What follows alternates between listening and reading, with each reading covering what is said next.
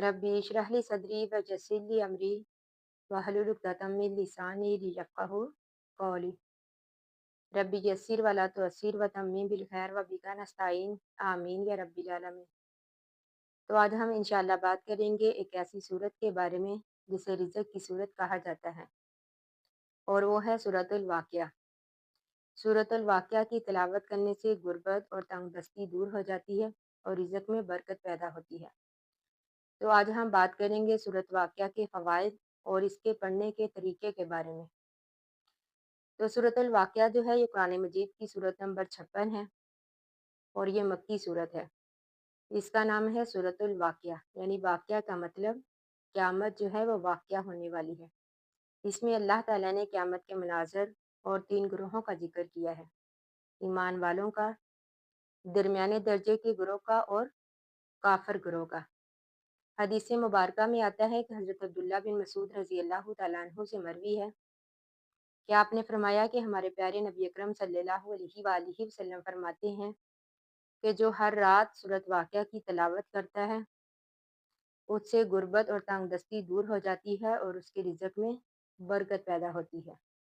इसी तरह एक और रवायत में है कि हज़रत अब्दुल्ला बिन मसूद रज़ी अल्लाह तआला अन्हु रोज़ाना रात को सूरत वाक़िया की तिलावत करते और फरमाते कि नबी अकरम सल्लल्लाहु अलैहि वसल्लम ने फरमाया कि ये सूरत जो है रिज़्क़ के लिए अमान है। तो अब इसके पढ़ने का तरीका ये है कि रोज़ाना रात को इशा के बाद या फिर सोने से पहले, अगर रोज़ाना मुमकिन ना हो तो जुमेरात की रात को और जुमा के रोज़ ज़रूर पढ़ें। तो इसी तरह कोशिश करें कि बावज़ू होकर पढ़ें, खलूसी दिल से पढ़ें, यानी दिल की गहराई से पढ़ें। तो इंशाअल्लाह आप देखेंगे कि अल्लाह ताला के फज़ल व करम से रिज़्क़ में बरकत और वुसअत पैदा होगी और इसके पढ़ने से हमें कई तरह के फ़वाइद हासिल होते हैं।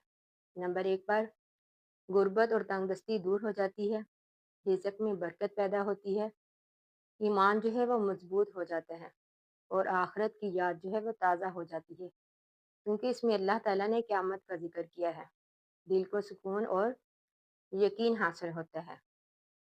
तो इसलिए हमें ये कोशिश करनी चाहिए कि हम रोज़ाना रात को इस सूरत की तिलावत करें, यानी सोने से पहले हम रोज़ाना इसकी तिलावत करें।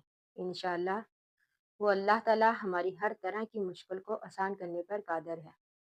अल्लाह ताला से दुआ है कि अल्लाह ताला हमारे लिए आसानियाँ पैदा करे और दुनिया और आखिरत में भलाई अता करे। आमीन सुम्मा आमीन। आखिरु दावाना अनिल हम्दुलिल्लाहि रब्बिल आलमीन। अस्सलामु अलैकुम व रहमतुल्लाहि व बरकातुहू।